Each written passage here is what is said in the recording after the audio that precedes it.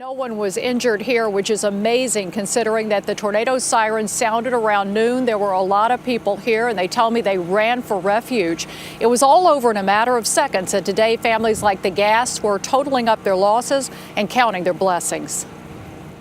This is where I survived under here, right under that counter. In her newly remodeled kitchen, Kathy Gast took shelter from a powerful F3 tornado with winds of over 150 miles an hour that destroyed nearly everything she owned, including her home of the past 40 years.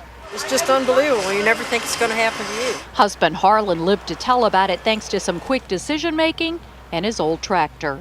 I looked and there's two trees going across the street, about 40 miles an hour, and all I knew to do was crawl under the tractor.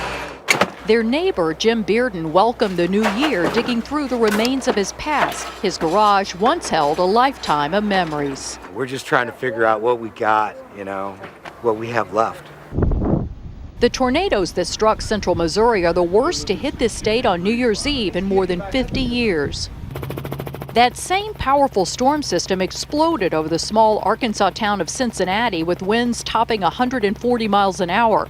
More than a dozen homes were destroyed, and there was major damage to that town's fire department. I grew up here and everything's gone. It's all gone. There's nothing left.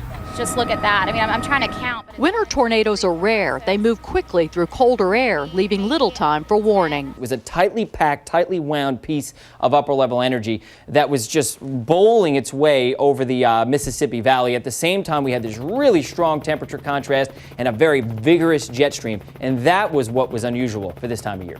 Surrounded by devastation, Jim Bearden is simply glad everyone in his neighborhood made it out alive. How lucky do you feel that there were no major injuries when you look at the damage here? There's a God. There has to be a God.